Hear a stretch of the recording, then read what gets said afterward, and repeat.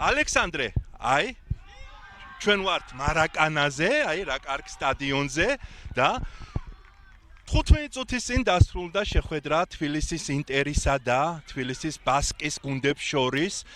კიდევ ერთხელ აღსანიშნავია, რომ ძალიან საინტერესო წარიმართა დღევანდელი შეხვედრა, ხო? და აი შენი ხედვით, აი კონკრეტულად, აი რა სიტყოდი ამ მატჩზე? თუ შეიძლება რომ ძანა. დიახ, პირველი ტაიმი ოდნავ გაგვიჭირდა, დაგვჯაბნა მეტოქემ.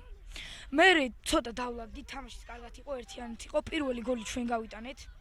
მაგრამ მერე გაგვითანამდე ცოტა შეცვლებამაც თამაშის შემოატრიალა და ეს ორი ჩაწოდება ვერ მოვიგერიეთ, ორივე იგივენაირი გოლი გავგვივიდა.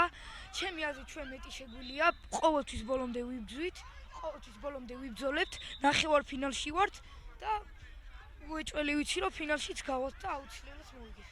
დიახ, აი რა შეტყოდით მარაკანადან, ხო, მარაკანა ქვია მშვენიერი სახელწოდება ამ სტადიონს და რა შეტყოდით? აი თქვენს გულშემატკივარს, აი უშუალოდ სტადიონიდან და ასევე ეკრანებიდან, TT Live-ის YouTube არხიდან გენაცვალე. ჩემ გულშემატკივარს ვეტყოდი, ჩვენ გულშემატკივარს ვეტყოდი, რომ ამ თამაშისთვის ბოდის გიხდით, სამწუხაროდ ყველაფერი ჩავდეთ, მაგრამ არ გამოგვივიდა თამაში.